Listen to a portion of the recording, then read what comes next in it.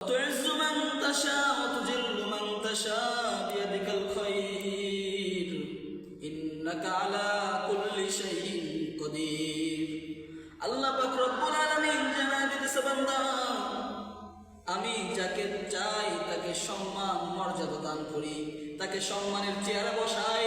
আমি আল্লাহ যাকে চাই তাকে অপমান করি, অপদস্থ করি। আমি আল্লাহ যাকে সম্মান দিছি দুনিয়ার কোন মানুষের ক্ষমতা নাই ওই মানুষকে অপমানিত করবে, অপদস্থ করবে। আর আমি আল্লাহ যাকে অপমান করব, যাকে অপদস্থ করব, দুনিয়ার কোন মানুষের ক্ষমতা নাই ওই বান্দাকে সম্মানের চেয়ারে বসাবে। ইতিহাসের পাতায় পাতায় তাকাইলে দেখতে পাই যেমন ফিরাউন সাহেব মূসা আলাইহিস সালাতু ওয়াস সালামকে দুনিয়ার বুকে আসতে দেবে না, বাধা দেবে। বনি ইসরাঈলের ৭০,০০০-এর বেশি পুত্র সন্তানকে নিজের হাতে জবাই করেছে। ওই লোহিত সাগরের পাশে ৭০,০০০-এর বেশি পুত্র সন্তানকে এই ফিরাউন হত্যা করেছে। কেন? শুধুমাত্র মূসা আলাইহিস সালাতু ওয়াস সালাম যদি দুনিয়া আসে তাহলে তার ক্ষমতার মসনদ, তার সম্মানের চেয়ার সবকিছু ধুলায় মিশিয়ে দিবে। এটা হতে দেওয়া যাবে না। এই জন্য ফিরাউন মূসাকে দুনিয়ায় আসতে দিবে না।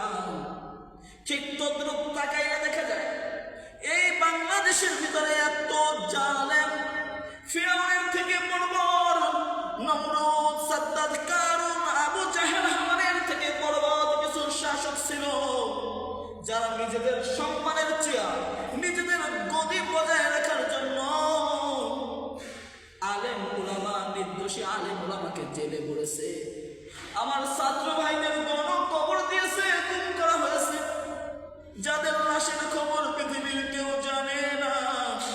কিন্তু ওই সরকার ইতিহাস ভুলে গেছে, ওই সরকার ইতিহাসের দিক তাকায় নাই।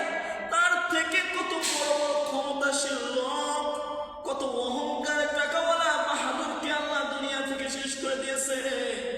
যেমন মূসা আলাইহিস সালাতু ওয়াস সালামকে ফিরাউন দুনিয়ার বুকে আসতে দিবে না, ফিরাউন দুনিয়ার রিজিক খাইতে দিবে না।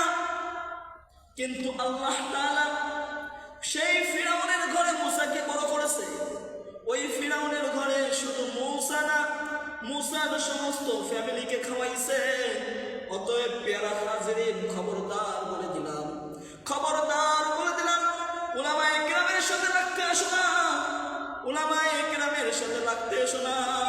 কেননা আল্লাহ তাআলা যাকে উপরে উঠান দুনিয়ার কোন মানুষ তাকে নিচে নামানোর ক্ষমতা রাখে না।